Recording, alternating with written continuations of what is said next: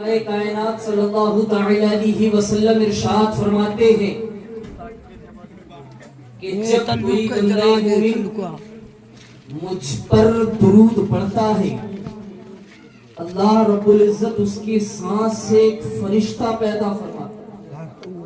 اس کے منہ سے جو سانس نکلتی ہے، جو ہوا نکلتی ہے، اس کے ذریعے سے اللہ رب العزت ایک فرشتہ پیدا فرماتا ہے اور اس فرشتے کے 70,000 پر ہوتے ہیں، ایک دو پر نہیں، 70,000 پر. پھر اللہ رب العزت اسے حکم دیتا ہے، اے فرشتے دریائے رحمت میں ڈوب جاؤ. وہ فرشتہ دریائے رحمت میں ڈوب جاتا ہے. ڈوبنے کے بعد اس فرشتے کو حکم ہوتا ہے، اے فرشتے اپنے پر کو جھاڑو. جب وہ اپنے پروں کو جھاڑتا ہے تو ذرا اندازہ لگائیں اس فرشتے کے ایک دو پر نہیں ہے، 70,000 پر ہے.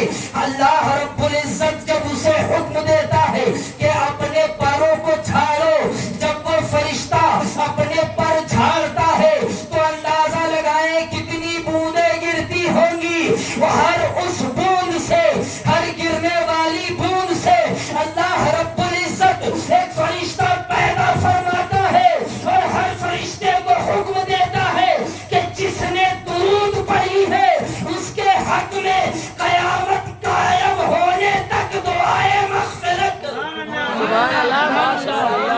کرو. ماشاءاللہ. اس کو بندی کرا دیں تو بہتر ہے کہ یہی بول رہا ہے ایسے ہی. اس کو ڈائریکٹ وہاں سے بند کر دینا. تو میرے آقا فرماتے ہیں کہ جتنی بوندیں اس فرشتے کے پروں سے گرتی ہیں اللہ رب العزت ہر بوند کے بدلے ایک فرشتہ پیدا فرماتا ہے اور ہر فرشتے کو حکم یہ ہوتا ہے کہ وہ اس بندے کے حق میں دعائیں مغفرت کرے. سبحان اللہ. اور ابھی تک نہیں، تا قیام قیامت، جب تک قیامت نہ آئے گی وہ فرشتے دعا کرتے رہیں. پانی کی رہتے ہیں موبائل سیدنا مولانا محمد مالی صلاۃ والسلام علیہ رسول اللہ وبارک وسلم صلاۃ و سلام علیک یا رسول اللہ صلی اللہ علیہ وسلم. آج لگ رہا ہے مائک ناراض ہے تو آج بغیر مائک کی ہو جائے، یہ بند ہے انشاءاللہ. پڑھیں درود پاک. اللہم صلی علی سیدنا مولانا محمد معدن الجود والکرم وعلی آلہ کرام وبارک وسلم صلاۃ و سلام علیک یا رسول اللہ صلی اللہ علیہ وسلم. اچھا ایک بات بتائیں، میں بڑی پیاری بات پوچھنے لگا ہوں. یہاں اگر مسئلیں چلتی ہیں تو باپ کی طرف سے چلتی ہیں کہ نہیں؟ نسلیں جس کی بھی چلیں گی تو باپ کی طرف سے. باپ بیٹے کی نسل، باپ کی نسل بیٹا چلانے والا ہوتا ہے. اگر ہماری تمہاری نسلیں چلیں، ہماری تمہاری نسل چلے تو چلانے والا بیٹا ہو، اور کسی کی نسل چلے تو چلانے والا بیٹا ہو. کسی عالم کی نسل چلے تو چلانے والا بیٹا ہو. کسی مفتی کی نسل چلے تو چلانے والا بیٹا ہو. کسی مقرر کی نسل چلے تو چلانے والا بیٹا ہو. کسی محدث کی نسل چلے تو چلانے والا بیٹا ہو. سرکار خواجہ غریب نواز کی نسل چلی تو بیٹوں سے چلی. سرکار وارث پاک کی نسل چلی تو بیٹوں سے چلی. سرکار نظام الدین اولیاء کی نسل چلی تو بیٹوں سے چلی. سرکار خواجہ مہرہ کی نسل چلی تو ان کے بیٹوں سے چلی. سرکار کچھوچا کی نسل چلی تو ان کے بیٹوں سے چلی.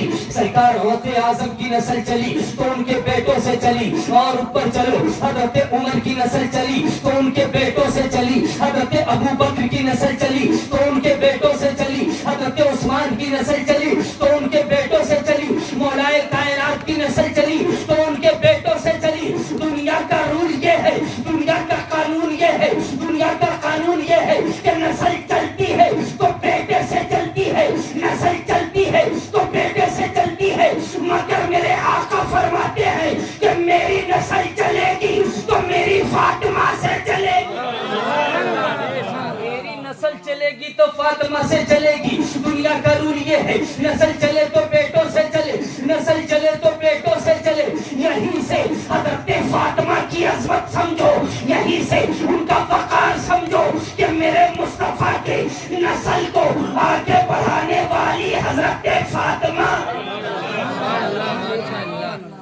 میرے نبی کریم صلی اللہ تعالی علیہ وسلم کی نسل کو آگے بڑھانے والی حضرت فاطمہ ہے، حضرت فاطمہ ہے۔ قسم خدا کی اللہ رب العزت نے بڑا مرتبہ دیا ہے حضرت فاطمہ کو، چھوٹا موٹا مرتبہ نہیں دیا، اتنا بڑا رتبہ دیا ہے، اتنا بڑا رتبہ دیا ہے اللہ رب العزت نے حضرت فاطمہ کو۔ کیا ایک مرتبہ کا واقعہ ہے، حضرت عثمان غنی رضی اللہ تعالی عنہ نے سرکار کو دعوت کر دی، یا رسول اللہ آپ کی دعوت ہے، میرے گھر تشریف لے چلے، دسترخوان سجا ہوا ہے، یا رسول اللہ آپ کی دعوت ہے۔ حضرت عثمان غنی میرے سرکار کو لے چل رہے ہیں، میرے سرکار کو لے چلے تو سرکار کے پیچھے پیچھے چل رہے ہیں۔ یہ صحابہ کی سنت ہے، سرکار کا ادب اتنا کرتے تھے کہ پیچھے چلتے تھے، نظریں جھکا کے چلتے تھے، سرکار سے اونچی نہ ہو جائے، یہ صحابہ کا عادت ہے۔ حضرت عثمان غنی پیچھے پیچھے چل رہے ہیں اور بھی صحابہ موجود ہیں، لیکن حضرت عثمان غنی کی نظر میرے سرکار کے قدموں پر ہے، میرے سرکار کے قدموں پر ہے۔ میرے سرکار اگر ایک قدم بڑھاتے ہیں تو حضرت عثمان ایک قدم گن لیتے ہیں، دوسرا بڑھاتے ہیں حضرت عثمان قدم گن لیتے ہیں، تیسرا بڑھاتے ہیں حضرت عثمان قدم گن لیتے ہیں، چوتھا بڑھاتے ہیں حضرت عثمان قدم گن لیتے ہیں۔ اسی طریقے سے جب تک حضرت عثمان غنی کا گھر نہ آ گیا، جب تک حضرت عثمان غنی کا گھر نہ آ گیا، حضرت عثمان سرکار کے قدم گنتے رہے، سرکار کے قدم گنتے رہے۔ اب سرکار دسترخوان پر بیٹھے، دسترخوان سجایا گیا، سرکار نے دعوت کو تناول فرمایا، سرکار نے دعوت قبول کر لی، دعوت تناول فرمائی، تناول فرمانے کے بعد جب سرکار پلٹنے لگے تو میرے سرکار فرماتے ہیں، اے عثمان آج میں نے تمہارا نیا انداز دیکھا تھا، آج میں نے تمہارا نیا انداز دیکھا تھا کہ میں جب چل رہا تھا۔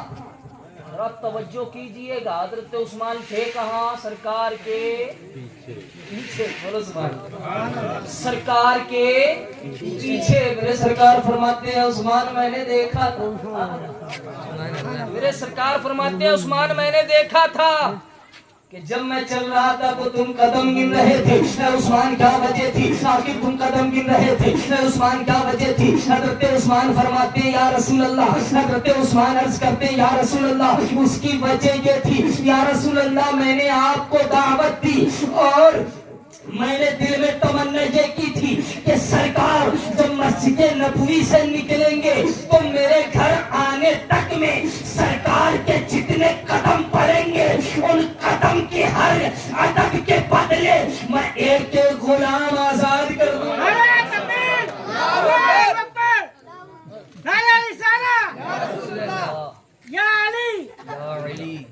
بولے نا یا علی۔ حضرت عثمان کہتے ہیں یا رسول اللہ میں نے پہلے ہی نیت بنا لی تھی، میں نے پہلے ہی ارادہ کر لیا تھا، میں نے پہلے ہی دل میں بسا لیا تھا کہ میرے سرکار جب مسجد نبی سے نکلیں گے، نکل کر جب تک میرے گھر نہیں پہنچیں گے سرکار کے جتنے قدم پڑیں گے اتنے میں غلام آزاد کر دوں گا۔ یا رسول اللہ میں نے اس لیے قدم گینے تھے، یا رسول اللہ میں نے اس لیے قدم گنے تھے، میں نے اس لیے قدم کو شمار کیا تھا۔ میرے سرکار نے دعوت تناول فرما لی، حضرت عثمان نے اتنے غلام آزاد کر لیے، اتنے غلام آزاد کر دیے۔ اللہ اکبر۔ اب ادھر جو لوگ غریب ہوتے ہیں نا ان کے دل میں ٹھیس ہوتی ہے، حضرت عثمان غنی کو تو بڑی دولت دی تھی اللہ، مولا کائنات کہ دل میں رنج ہوا کہ کاش ہمارے پاس بھی اتنی دولت ہوتی۔ اللہ مولا کائنات کہتے کاش میرے پاس بھی اتنی دولت ہوتی۔ حضرت مولا کائنات بیٹھے ہوئے آنکھوں میں اشک ہے، ایک کونے میں بیٹھی ہوئے حضرت فاطمہ آتی ہیں، علی کیوں رو رہے ہو؟ اے علی آنکھوں میں آنسو کیوں ہیں؟ اے علی روتے کیوں ہو؟ حضرت علی کہتے ہیں آج میں نے دیکھا حضرت عثمان نے سرکار کی دعوت بڑی نرالی دعوت کی تھی، ایسی دعوت جس کے صدقے جاؤں، اتنی پیاری دعوت تھی کہ میرے سرکار مسجد نبوی سے حضرت عثمان غنی کے گھر تک پہنچنے میں جتنے قدم سرکار نے رکھے، حضرت عثمان نے اتنے غلاموں کو آزاد کر دیا، حضرت عثمان نے اتنے غلاموں کو آزاد کر دیا۔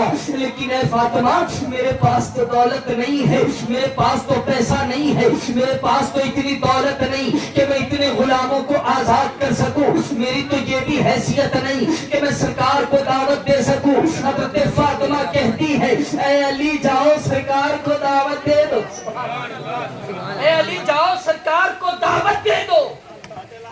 اللہ اکبر۔ اب حضرت علی حضرت علی نے دل میں پختہ ارادہ کر لیا، سب چل دیے، سرکار کو دعوت پیش کر دی، اور یہ بھی نہیں پوچھا فاطمہ انتظام کہاں سے ہوگا، یہ بھی نہیں سوال کیا ہے فاطمہ انتظام کہاں سے ہوگا، پیسہ کمانے والا تو میں ہوں، میرے پاس پیسہ تو نہیں ہے۔ حضرت علی جانتے ہیں کہ یہ مصطفیٰ کی بیٹی ہے، جو کہہ دے گی وہ ہو کر رہے گا، جو کہہ دے گی وہ ہو کر رہے گا۔ حضرت فاطمہ کہتی ہے، اے علی جاؤ سرکار کی دعوت کر دو، دعوت کا انتظام ہو جائے گا۔ اب حضرت علی گئے، سرکار کی دعوت کر دی، سرکار کی دعوت کر دی۔ اب سرکار تنہا نہیں، پوری جماعت صحابہ، جتنے صحابہ وہاں موجود تھے، اب سرکار کے ساتھ چل دیے۔ حضرت علی نے تو کان میں دعوت دی تھی، لیکن سرکار فرماتے ہیں چلو۔ یہ انداز ہوتا ہے اللہ والوں کا۔ حضرت علی نے سرکار کے کان میں کہا، یا رسول اللہ آپ کی دعوت ہے۔ سرکار اپنے صحابہ سے فرماتے ہیں چلو۔ تمام صحابہ چل دیے۔ ہم مولا کائنات بھی ایک ایک قدم گن رہے ہیں، سرکار کا ایک ایک قدم بڑھ رہا ہے، مولا کائنات بھی ایک ایک قدم گن رہے ہیں۔ سرکار ایک قدم رکھتے ہیں، حضرت علی گن لیتے ہیں، دوسرا قدم رکھتے ہیں، حضرت علی گن لیتے ہیں۔ اب گنتے جا رہے ہیں، گنتے جا رہے ہیں، اللہ اکبر۔ اب گھر پہنچے، گھر پہنچنے کے بعد حضرت علی نے قدم شمار کر لیے ہیں، حضرت علی نے قدم گن لیے ہیں، مولا کائنات نے قدم گن لیے ہیں۔ اب گھر پہنچے ہیں تو یہاں تو گئے تھے سرکار کو دعوت کے بلانے کے لیے، ادھر آئے تو سارا انتظام دیکھ رہے ہیں کہ کھانا موجود ہے، سبحان اللہ، کھانا موجود ہے۔ اب سرکار کھانا تناول فرماتے ہیں، سرکار کھانا تناول فرماتے جاتے ہیں اور اپنے صحابہ سے فرماتے ہیں، صحابہ یہ کھانا کہاں کا ہے جانتے ہو؟ جنت کا ہے۔ اے صحابہ میرے جانتے ہو یہ کھانا کہاں سے آیا ہے؟ یہ جنت سے آیا۔ صحابی بھی جنتی کھانا کھا رہے ہیں، حضرت فاطمہ کا صدقہ ہے۔ کھانا کھا لیا۔ اب کھانے کے بعد اب مسئلہ ٹھہرا یہ کہ غلام کیسے آزاد کریں۔ مولا کائنات کے پاس تو پیسے نہیں ہے، مولا کائنات کے پاس تو روپیہ نہیں ہے، دولت نہیں ہے، روپیہ نہیں ہے، دولت نہیں ہے۔ غلام کیسے آزاد کیا جائے؟ غلام کیسے آزاد کیے جائیں؟ حضرت فاطمہ بلاتی ہے، اے میرے سرتاج ادھر آئیے، اے مولا کائنات ادھر آئیے، اے علی ادھر تشریف لائیے۔ حضرت علی گئے، حضرت فاطمہ نے سوال کر لیا، اے علی ذرا یہ تو بتاؤ قدم گینے تھے کہ نہیں گینے تھے؟ مولا کائنات کہتے ہیں ہاں قدم تو گینے تھے، قدم تو گینے تھے، قدم تو شمار کیے تھے، لیکن اے فاطمہ دولت نہیں ہے، پیسہ نہیں ہے، آزاد کیسے کروں گا، آزاد کیسے کروں گا؟ حضرت فاطمہ کہتی ہے میرا رب ہے، میرا رب موجود ہے۔ حضرت فاطمہ نے ادھر مصلی بچھایا، ابھی دعوت ختم نہیں ہوئی، سرکار گھر سے تشریف نہیں لے گئے، ابھی سرکار گھر ہی میں موجود ہے۔ ادھر حضرت فاطمہ کا مصلی بچھا ہے کہ ادھر حضرت جبریل بارگاہ رسالت میں آ گئے اور آ کر عرض کرتے ہیں یا رسول اللہ، اللہ نے خبر بھیجی ہے کہ مولا کائنات نے جو دعوت کی تھی، مولا علی نے جو دعوت کی تھی، وہ دعوت اللہ نے اپنی بارگاہ میں شرف قبولیت بخش دی ہے۔ اور اے اللہ رب العزت نے فرمایا ہے یا رسول اللہ کہ حضرت عثمان نے تو ہر قدم کے بدلے ایک ایک غلام آزاد کیا تھا، اللہ نے حضرت فاطمہ کے صدقے میں ایک ایک قدم کے بدلے جہنمیوں کو آزاد کر دیا۔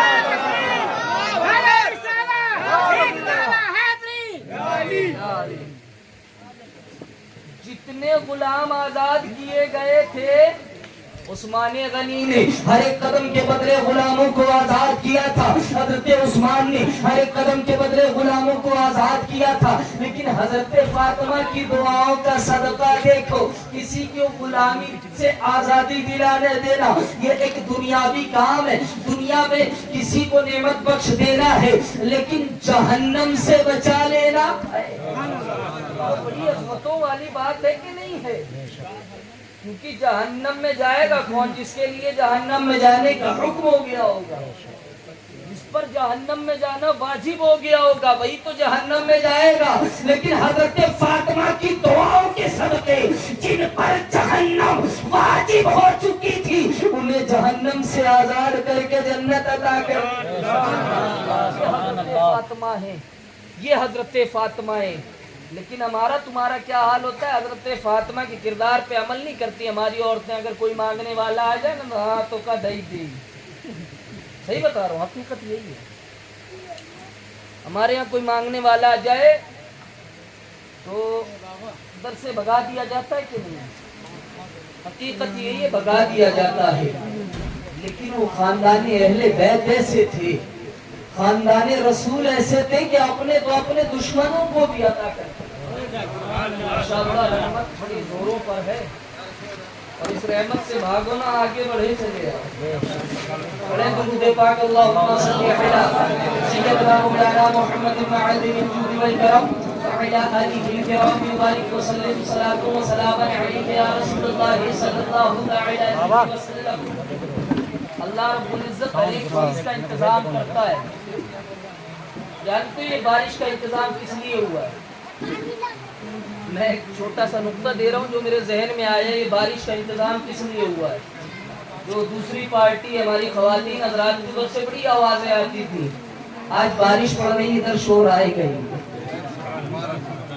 یہ بارش کا انتظام اللہ رب العزت ہی کی طرف سے ہے. پڑھیں درود پاک اللہم صلی علی سیدنا مولانا محمد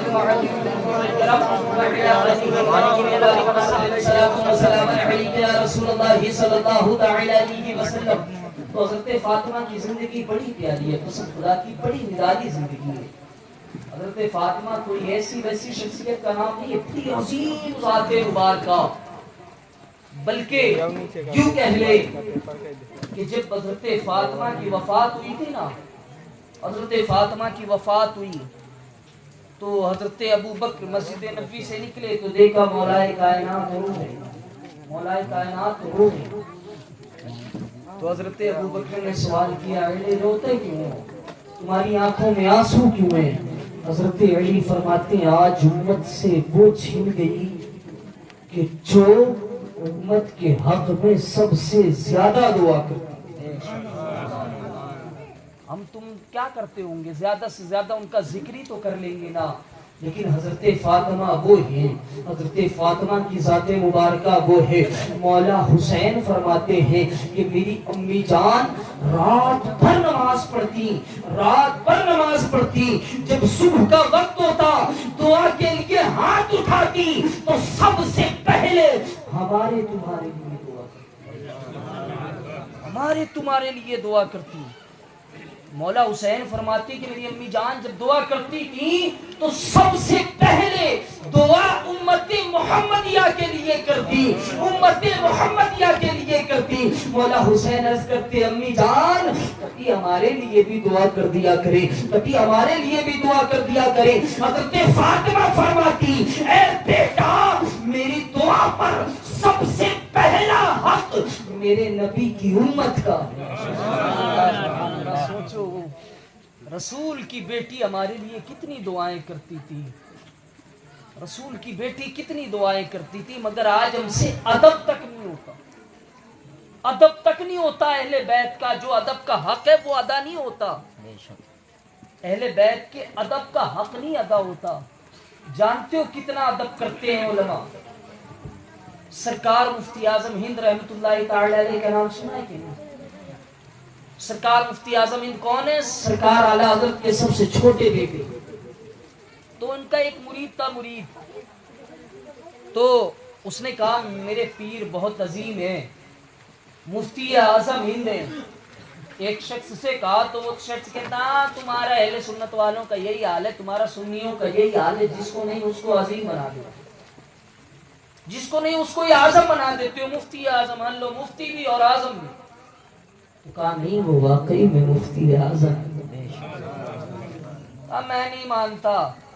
کہا کیسے مانے گا؟ کہا میں مفتی اعظم سے تمہارے چند سوال کروں گا اور وہ میرا جواب نہ دے سکیں گے.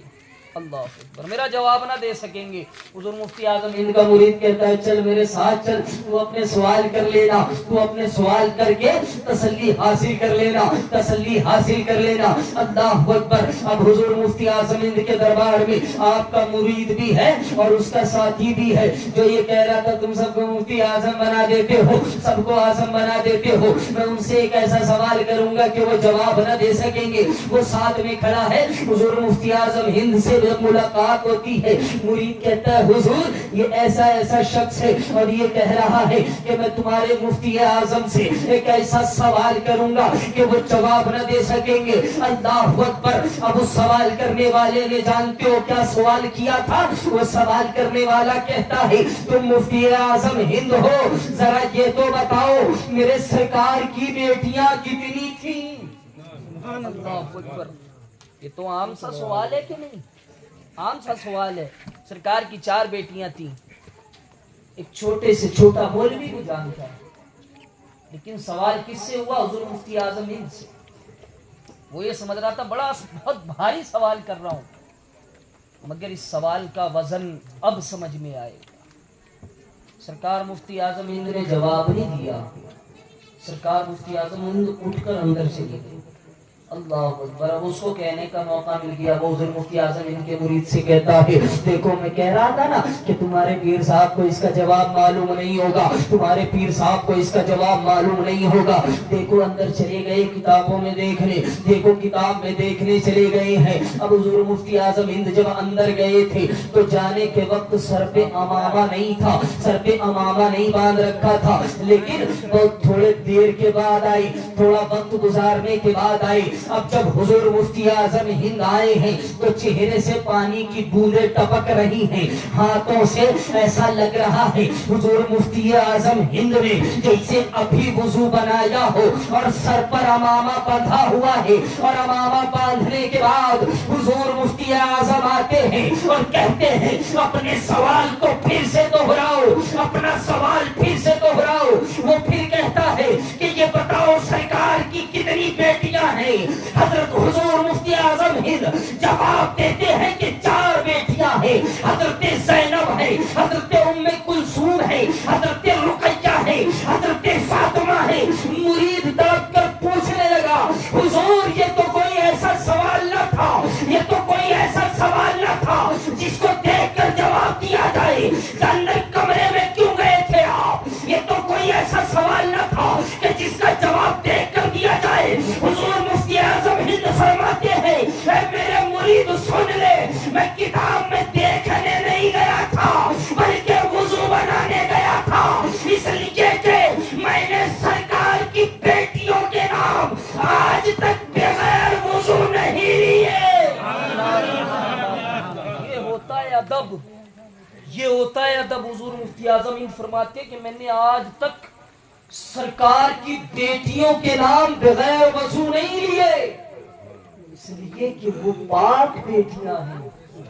ان کا نام جب بھی لو تو پاکی کی حالت میں لو. وہ پاک بیٹیاں ہیں. لیکن ہم تم ادب کرتے ہیں, ذکر حسین میں بیٹھے ہیں, ذکر فاطمہ سن رہے ہیں, آپس میں گفتگو کر رہے ہیں. بعض جگہ تو ایسا دیکھنے کو ملتا ہے ذکر فاطمہ کی محفل چل رہی ہے, وہ ادھر صورتی رگڑ رہا, بڑے دھیان سے, اس کا سارا دھیان اسی صورتی پر ہے کہ ادھر ادھر گر نہ جائے, چونا پورا مل جائے. تو قسم خدا کی یہ ادب کی جگہ ہوتی ہے. آج بھی ہم نے علماء کا طریقہ دیکھا ہے, اگر حضرت فاطمہ کا نام آتا ہے نا تو سروں کو جھکا لیتے, کیونکہ خاتون جنت ہیں, خاتون جنت ہیں. بچپنے میں اللہ رب العزت نے وہ صلاحیت دی تھی, جب چھوٹی سی تھی نا, جب سرکار سے چھوٹی چھوٹی باتیں کرتی تھی تو ایسے عالم میں بھی بڑی باتیں کرتی تھی. ان کی بات چھوٹی نہیں ہوتی تھی. سرکار کی بارگاہ میں بیٹھی یا رسول اللہ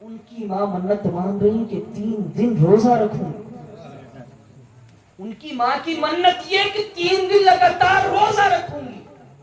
لیکن تم منتیں کیسی مان رہی ہو؟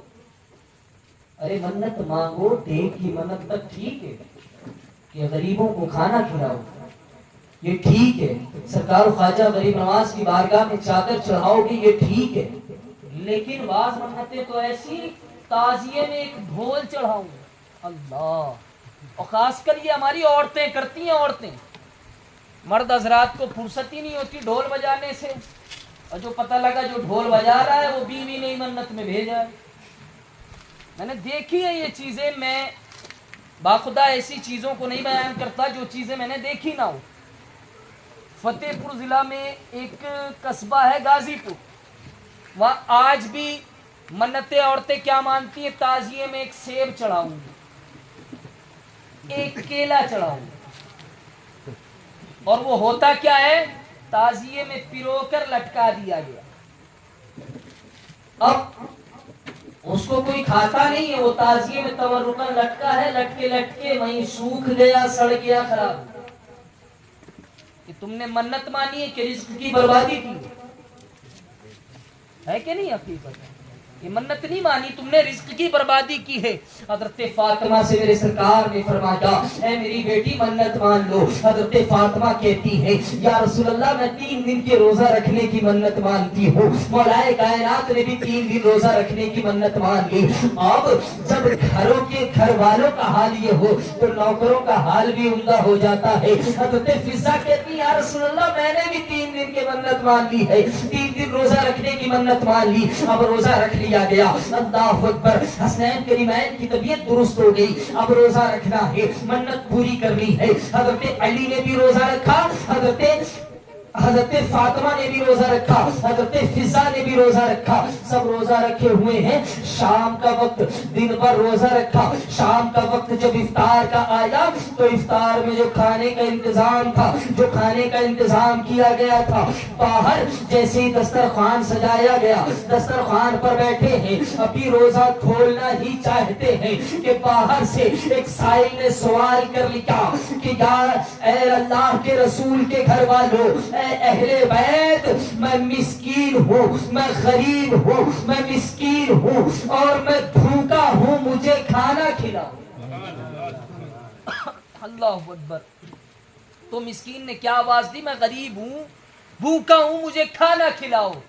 اللہ اکبر. یہ اہل بیت نبوت کے گھر والے ہیں. حضرت علی فرماتے ہیں فاطمہ کیوں نہ ایسا کیا جائے، یہ دسترخوان اٹھا کر اسے دے دیا جائے اور ہم لوگ پانی سے روزہ کھول لیں. ہم لوگ پانی سے روزہ کھول لیں. اللہ اکبر. سارا دسترخوان اٹھا کر دے دیا گیا، بچوں نے بھی نہیں کھایا. یہ تربیت ہی تو ہے، یہ تربیت ہی تو دی جا رہی ہے کہ میرے حسین بھوکا پیاسا رہنا سیکھ لو. کربلا کے میدان میں 3 دن پانی بند کیا جائے گا. اے حسین میں یہی سے تمہاری تربیت کرتی ہوں، ابھی سے تم عادتیں ڈال لو، ابھی سے عادتیں ڈال لو. اے حسین پیاسا شہید ہونا ہے، پیاسے رہنے کی عادت ڈال لو. اے حسین بھوکا شہید ہونا ہے، بھوکے رہنے کی عادت ڈال لو. حضرت فاطمہ نے حضرت مولا کائنات سے کہا یہ پورا دسترخوان سونپ دیا جائے. پورا دسترخوان اٹھا کر دے دیا گیا. سائل نے لیا اور چلا گیا. اللہ اکبر. اب افطار میں کیا ہے؟ فقط پانی، اور سحری کے کھانے کے لیے انتظام نہیں تھا. اللہ اکبر. یہ ہے حضرت فاطمہ، سرکار کی بیٹی ہیں. سرکار کی، سرکار چاہے تو اشارہ کر دے چاند ادھر سے ادھر ہو جائے. کر کے بھی دکھایا، اور جب کر کے دکھایا جب پالنے میں تھے، جب جھولے میں تھے. دنیا والے جان جائیں کہ نبی ایسی ذات نہیں ہوتی، نبی وہ ہوتا ہے جو جھولے میں بھی یہ عالم ہوتا ہے چاند کو ادھر ادھر کرے. جھولے میں وہ قوت بخش دی جاتی ہے. ان کی بیٹی ہے مگر سحری کا انتظام نہیں ہے. اللہ اکبر. افطار پانی سے کیا، سحری بھی نہیں کی. اگلے دن پھر روزہ رکھا. مولا کائنات نے بھی روزہ رکھا، حضرت فضا بھی، حضرت فاطمہ بھی، تینوں لوگ پانی سے افطار کیے. ہمارے نوکر ہو نا تو لڑ جائیں ہم سے، ہم کسی کو رکھ لیں اپنے گھروں میں تو لڑ جائیں کہ نہیں تم نے نہیں کھایا تو کیا ہوا مجھے تو کھلاؤ، وہ تو یہی کہے گا نا۔ لیکن یہ اہل بیت نبوت کے غلام، یہ اہل بیت نبوت کی کنیزہ ہے کہ اگر مالک نے پانی سے افطار کیا ہے تو میں بھی پانی سے افطار۔ حضرت فضا نے بھی پانی سے افطار کیا، اب سحری بھی نہیں کی، روزہ پھر اگلے دن رکھ لیا۔ اللہ اکبر، پھر جب دوسرے دن افطار کا وقت آیا، دوسرے دن افطار کا وقت آیا، اللہ اکبر، دسترخوان جیسے ہی سجا، حضرت علی دن بھر کماتے انتظام کر کے لاتے ہیں افطار کے لیے، افطار کا انتظام ہوا، سامنے دسترخوان سجایا گیا، دسترخوان پر کھانا رکھا ہے، ابھی روزے کھولنے کے لیے اٹھانا ہی چاہتے ہیں کہ پھر در پہ کوئی سائل آ گیا اور سوال کرنے والا کہتا ہے، اے اللہ کے محبوب کے گھر والوں، اے اللہ کے رسول کے گھر والوں، میں یتیم ہوں، یتیم، مجھے کھانا کھلا، میں یتیم ہوں۔ پھر قسم خدا کی دسترخوان پورا پھر اٹھا کر دے دیا گیا، پھر پورا دسترخوان اٹھا کر دے دیا گیا۔ پھر حضرت علی نے فاطمہ نے حضرت علی نے حضرت فاطمہ نے حضرت فضا نے پانی سے افطار کیا، پورا دسترخوان سائل کو دے دیا۔ اللہ اکبر، پھر جب سحری کا وقت آیا تو پھر سحری کا انتظام نہیں ہے، پھر سحری کا انتظام نہیں ہے، نہ سحری میں کچھ کھایا ہے۔ پھر اگلے دن تیسرا دن جب آیا، تیسرے دن بھی روزہ رکھ لیا۔ اللہ اکبر، تیسرے دن روزہ رکھا ہے، اب شام کا وقت جب آیا، دسترخوان سجا ہے، دسترخوان سجا ہے، کھانا ہی چاہتے ہیں کہ پھر کسی سائل نے سوال کر لیا کہ میں قید ہوں، قیدی، میں ابھی قید سے چھوٹ کر آیا ہوں، میرے پاس دولت نہیں ہے، بھوکا ہوں، مجھے کھانا کھلا دو، بھوکا ہوں، مجھے کھانا کھلا دو۔ اللہ اکبر، تیسرا دن بھی گزرا ہے، فاقے سے روزہ رکھا جا رہا ہے، کھانا نہیں ہے، افطار بھی پانی سے کیا جا رہا ہے، سحری بھی پانی سے ہو رہی ہے، افطار بھی پانی سے ہو رہا ہے۔ تیسرے دن بھی پورا دسترخوان اٹھا کر سونپ دیا، اللہ اکبر، پورا دسترخوان اٹھا کر اسی طریقے سے سائل کو سونپ دیا گیا، سائل کو دے دیا گیا۔ اب سائل نے ادھر کھایا ہے، ادھر تینوں نے افطار پھر پانی سے کیا، ادھر پانی سے افطار کرنا تھا کہ ادھر سے میرے سرکار تشریف لے آئے، سرکار تشریف لے آئے، سرکار تشریف لائے تو جبریل امی بھی آ گیا۔ یہی تو ہوتا ہے نا، سرکار تشریف لائے، جبریل علیہ السلام تشریف لے آئے۔ اب جبریل آ کر خبر دیتے ہیں، یا رسول اللہ، یا رسول اللہ، آپ کے داماد علی نے جو عمل کیا ہے، آپ کی فاطمہ بیٹی نے جو عمل کیا ہے، آپ کی دونوں کی دادی فضا نے جو عمل کیا ہے، اللہ رب العزت کو اتنا پسند آیا ہے کہ اللہ نے جبریل کو بھیجا ہے کہ خوشخبری سنا دو، جبریل کو بھیجا ہے کہ خوشخبری سنا دو کہ یہ عمل اللہ کو بھی محبوب ہے، رسول اللہ کو بھی محبوب ہے، یہ عمل اللہ کو بھی محبوب ہے، رسول اللہ کو بھی محبوب ہے۔ یہ اہل بیت نبوت والے، یہ ہے اہل بیت نبوت والے۔ مگر آج حال کیا ہوتا ہے کہ ہمارے در پہ کوئی سائل آئے نا تو ہم بڑا بری طریقے سے جھڑکتے ہیں، ارے خدا کا شکر ادا کرو، خدا کا شکر ادا کرو کہ اس نے تمہیں دینے والا بنایا، سبحان اللہ، وہ چاہتا تو تم مانگنے والے نہ ہوتے، بے شک، اس کی مرضی سے کیا بعید ہے، جو وہ چاہتا وہ ہو جاتا ہے، اس کا معاملہ تو یہ ہے انما یرید اللہ ان یقول لہ کن فیکون، ان یقول لہ کن فیکون، کہ اس کا معاملہ تو ایسے ہے، اگر وہ کسی چیز کا ارادہ فرما لے کہتا ہے ہو جا تو ہو گئی، اس کا ارادہ تو ایسا ہے، اس کی قوت و قدرت تو ایسی ہے کہ وہ کسی چیز کا ارادہ کر لے تو وہ ہو جاتا ہے۔ تو خدا کا شکر ادا کیا کرو کہ اللہ رب العزت نے ہمیں مانگنے والا نہیں عطا کرنے والا بنایا ہے۔ اگر کوئی تمہارے دروازے پر آئے، میرے سرکار کی حدیث مبارکہ ہے، میرے سرکار فرماتے ہیں اگر سائل تمہارے یہاں گھوڑے پر بھی مانگنے آئے، اگر مانگنے والا گھوڑے پر بھی مانگنے آئے تو بھی اسے جھڑکو نہ، جھڑکو نہیں، گھوڑے پر بھی مانگنے آئے۔ گھوڑے کا مطلب سمجھ رہے ہو، آج کی 4 ویلر پہ اگر مانگنے آئے تو نہ جھڑکو، کیونکہ بعض وقت حالات ایسے ہوتے ہیں کہ آدمی ارب پتی ہے لیکن جیب میں ٹوٹی کوڑی نہیں ہوتی. سفر میں اگر پھنس جاؤ تو ایسے حالات پیش آ جاتے ہیں کہ بعض وقت ارب پتی ہے, گھر میں لاکھوں کروڑوں اربوں کی ملکیت پڑی ہے, مگر ایسے عالم میں اس کے پاس پھوٹی کوڑی نہیں ہوتی. میرے سرکار فرماتے ہیں اگر کوئی مانگنے والا گھوڑے پر بھی آئے تو بھی اسے چھڑکو مت. اگر دے نہیں سکتے تو معافی مانگ لو, عذرت طلب کر لو کہ بھائی میں دے نہیں سکتا, آگے کسی اور سے طلب کر لو. یہ نہ ہو کہ بڑا ہٹا کٹا جوان ہے تو اس سے کما کے نہیں کھایا جاتا. قسم خدا کی ہم لوگ تو مدرسے پڑھنے والے ہیں, مولانا عبد المجید نے بھی مدرسے کی دال روٹی کھائی ہے. ہم لوگ چندہ کرنے کے لیے گئے تو ایک حافظ رواب صاحب ہیں, ابھی پرسوں ہی بات ہو رہی تھی, مولانا عبد المجید صاحب بھی تھے, ہم لوگ بھی تھے, گروپ میں بات ہو رہی تھی. وہ تھے اور کئی بچے مدرسے کا چندہ کرنے گئے. اور جانتے ہو مدرسے کے بچے چندہ کیسے کرتے ہیں؟ بوریاں ہاتھ میں ہوتی ہیں, دروازے جاتے ہیں, دروازے پہنچتے ہیں اور کہ مدرسے سے آئے چندہ دے دو, تو کوئی ایک کٹوری چاول, کوئی ایک کٹوری دال. اللہ نے جسے دیا ہوتا ہے جتنا وہ اتنا دیتا ہے. لیکن حافظ رواب صاحب ایک گڑیا کے دروازے پہنچے. حافظ رواب کوئی ایسی آدمی نہیں ہے, اس کا باپ سرکاری نوکری والا ہے, لیکن فقط مذہب اسلام کی خدمت کا جذبہ کہ باپ سرکاری نوکری والا ہے پھر بھی بیٹا کسی کے دروازے کٹا لے کر کھڑا ہے کہ مدرسے چلنا ہے, مدرسہ چلانا ہے. باپ سرکاری نوکری والا, وہ کٹا لے کے کھڑا ہے. ایک گڑیا کے پاس پہنچا تو وہ گڑیا کہتی ہے تو اتنا بڑا ہے کما کے نہیں کھا سکتا. اللہ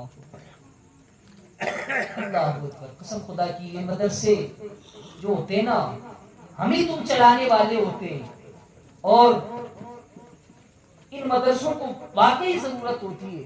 ورنہ اور چیزیں تو دیکھو گے کہ اسکول ہے تو اسکول میں تمہاری فیس لی جا رہی ہے, تم فیس دے رہے ہو تب وہ چل رہا ہے نا. لیکن یہ مدرسے ہی ہیں جو آپ خدا دین کو سنبھالے ہوئے. اس وقت جو دین کو سنبھالنے والے مدرسے والے ہی ہیں. ورنہ ہماری خانقاہوں کا حال دیکھو کیا ہو گیا ہے. ہماری خانقاہوں سے یہ تعلیم ملتی ہے ڈھول بجاؤ.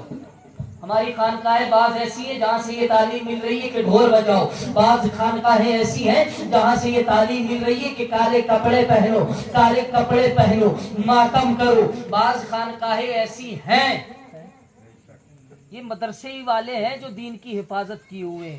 ایک وہ بچپنا دیکھتا ہوں اپنا, اور ایک یہ جوانی دیکھتا ہوں. یہ میرے رب کا احسان ہے کہ اس نے دین کی ذمہ داری. بڑے درود پاک اللہم صلی علی